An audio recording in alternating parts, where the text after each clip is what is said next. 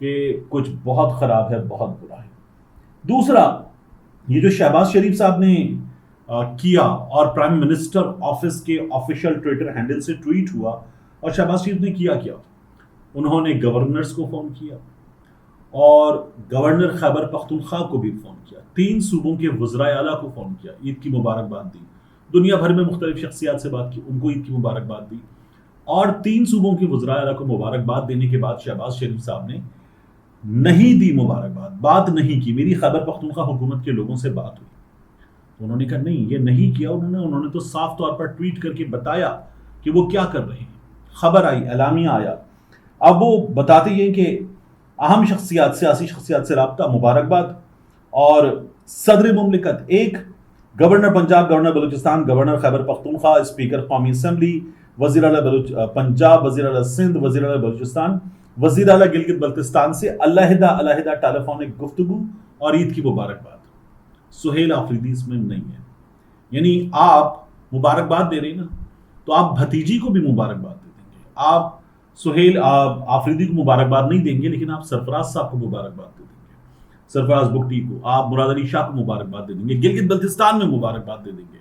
Governors کو مبارکباد دے دیں گے، مگر آپ میک شور کریں گے کہ آپ سہیل آفریدی کو مبارکباد نہ دیں۔ اس کے علاوہ آپ عبدالعلیم خان کو،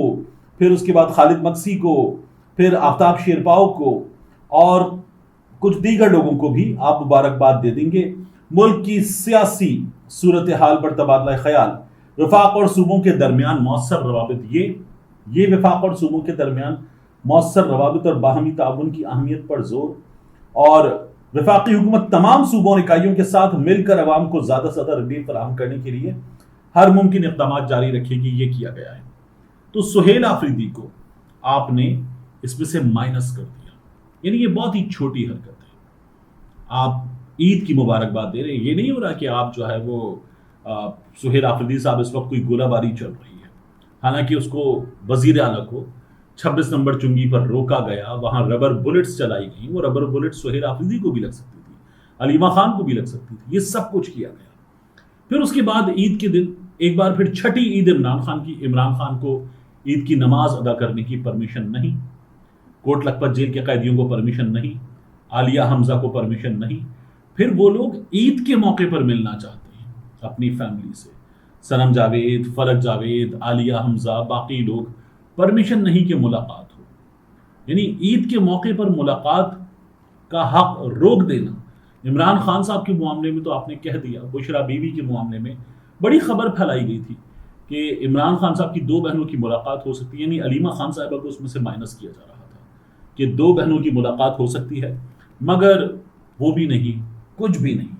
اور عمران خان صاحب کو منتقل بھی کیا جا سکتا ہے۔ اب خبر یہ آ رہی ہے کہ یہ بھی وقت گزاری کی چیزیں تھیں، پاکستان تحریک انصاف کو لارا لگایا گیا ہے، بلکہ چونا لگایا گیا ہے۔ دیکھیں، میں یہ جو کہہ رہا ہوں نا کہ گراوٹ کا ایک لیول ہے، آپ سربراہ حکومت ہیں، چیف ایگزیکٹو ہیں، مرکز میں بیٹھے ہوئے، اور اگر آپ یہ کر رہے ہیں کہ ایک صوبے کو، تمام صوبوں کے درمیان مل کر چلنے پر اتفاق کی باتیں آپ کریں گے، اور ایک صوبے کے وزیر اعلیٰ کو آپ مبارکباد نہیں دیں گے، باقی سب کو مبارکباد دیں گے، اور ایک کو آپ علیحدہ کر دیں گے اس میں سے، تو یہ نظام اس سے زیادہ کیا گرے گا؟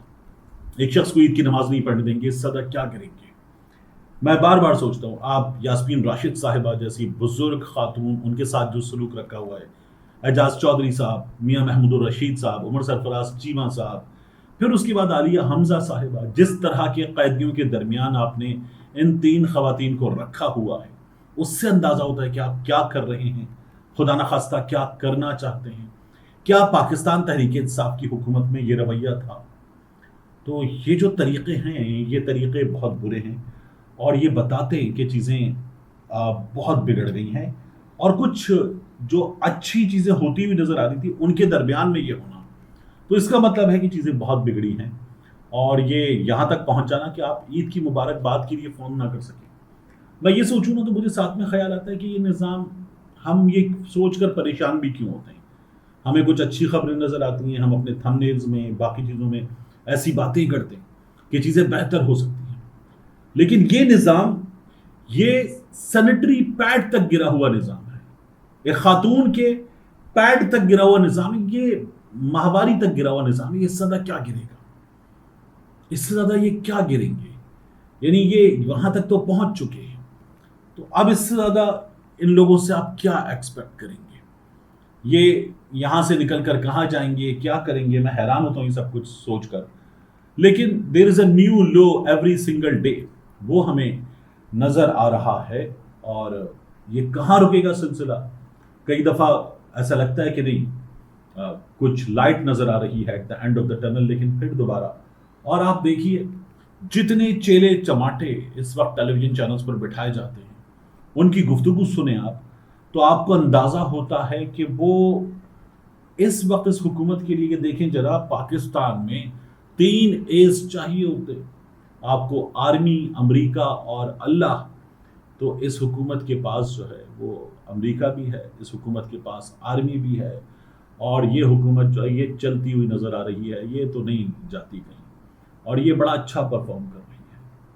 ایک عام آدمی کی زندگی کے حالات کا جائزہ یہ بے شرم اینکرز،